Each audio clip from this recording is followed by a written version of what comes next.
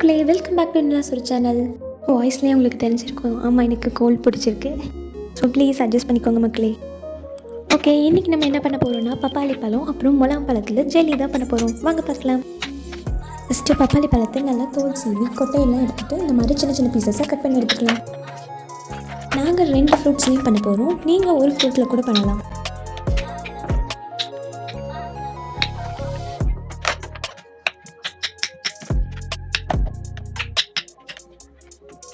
அதே மாதிரி முலாம் பழத்தையும் தோல் சீவி உள்ளே இருக்க கொட்டையெல்லாம் எடுத்துகிட்டு சின்ன சின்ன பீசஸாக கட் பண்ணி எடுத்துக்கலாம்.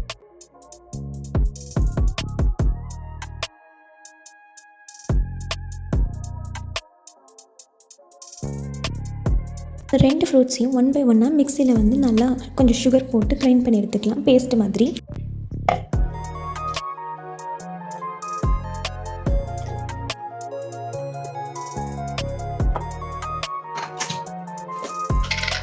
உங்களுக்கு எந்த அளவுக்கு ஸ்வீட்னஸ் வேணுமோ அந்த அளவுக்கு சுகர் போட்டுக்கோங்க.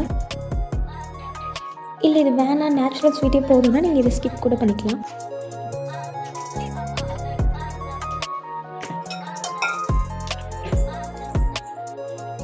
இதே மாதிரி நம்ம பப்பாளி பழத்தையும் நல்லா பேஸ்ட் மாதிரி கிரைண்ட் பண்ணிக்கலாம்.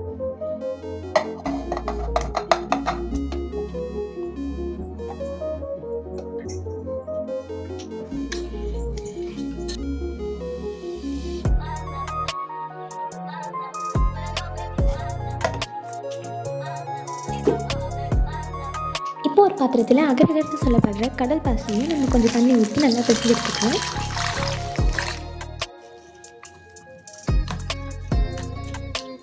இது அப்படியே வந்து நம்ம நல்லா டைல்யூட் ஆகிற வரைக்கும் கொதிக்க வைக்க போகிறோம்.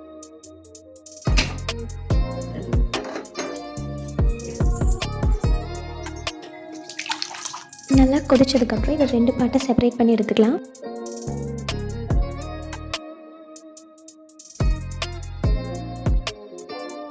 ஒன்று வந்து பப்பாளி பழத்துக்கும் ஒன்று வந்து முலாம் பழத்துக்கும் எடுத்துக்கலாம்.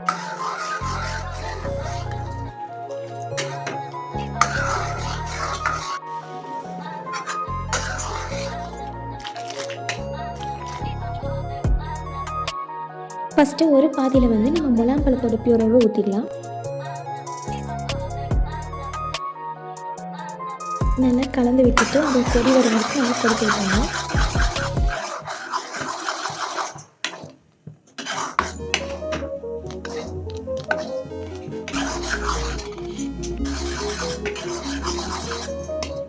இந்த அளவுக்கு கொதிச்சு வந்ததும் இறக்கிடலாம்.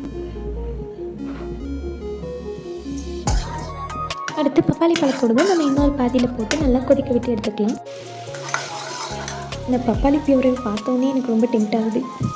ஸோ உடனே அப்படியே ஒரு ஐஸ்கிரீம் மாதிரி வந்துருச்சு கைஸ். எனக்கு அப்படியே சாப்பிடலாம் போல இருந்து.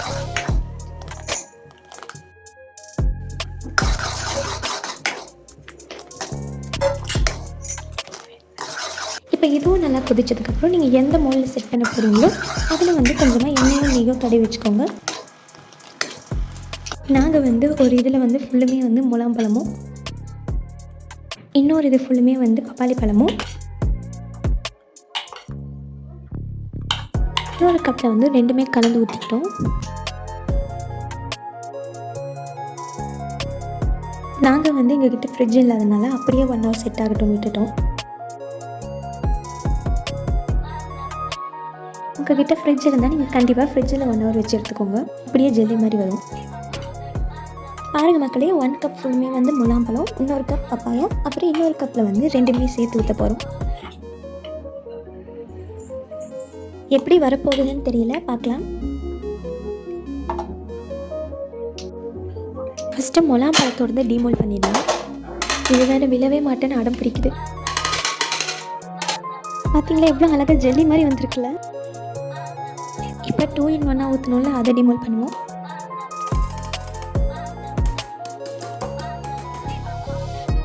பப்பாளி பழத்தோட திக்னஸ் அதிகமாக இருக்கனால அதில் கரெக்டாக ஜெல்லி ஃபார்ம் ஆகலை. நம்ம ரூம் டெம்பரேச்சரில் வச்சதுனால இப்படி ஆகியிருக்கு.